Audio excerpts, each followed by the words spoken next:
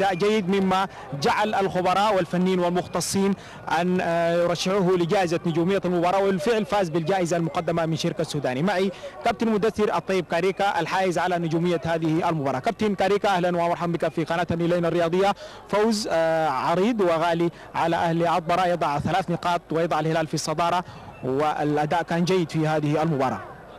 بسم الله الرحمن الرحيم. في البداية بشكر قناة النيلين وبهدي الانتصار لكل الجمهور الهلالي، والحمد لله يعني مباراة ما كانت سهلة، يعني كان فيها ند والحمد لله تفوقنا فيها، وأهم حاجة 3 نقاط يعني. 3 نقاط غالية. الآن استحقاقات افريقية ينتظرها الهلال، لعل ايضا خيارات المدرب افصحت عن نيته في انه راح عدد كبير من نجوم الهلال للمباريات المقبلة. الآن الاداء في الدوري المحلي يختلف عن البطولات الافريقية. الهلال كاسم كبير معروف في القارة الافريقية، مؤكد انكم كلاعبين لديكم طموح كبير لتقديم اداء جيد في البطولة الافريقية. هذا الجمهور العريض الذي يتابع يأمل في ان يرى الهلال في منصات التتويج.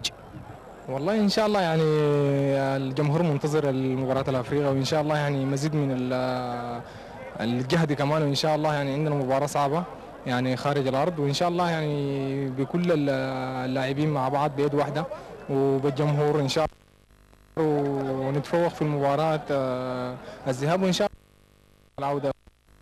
في البداية الشوط الاول حيكون من خارج الارض ان شاء الله. كل الأندية الأفريقية تعمل 1000 حساب للهلال كاسم، هل أنتم أيضا كلاعبين تعملون 1000 حساب لكل الأسماء، أم أنكم تتعاملون بالأسماء مع الأندية الصغرى أو الكبرى حسب مسمياتها؟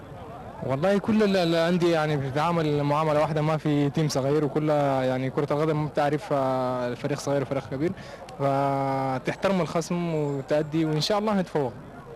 مبروك نجومية المباراة، وامنياتنا لك بتقديم مستوى جيد وأن نرى الهلال في منصات التتويج مع بقية الأندية السودانية. شكرا لك.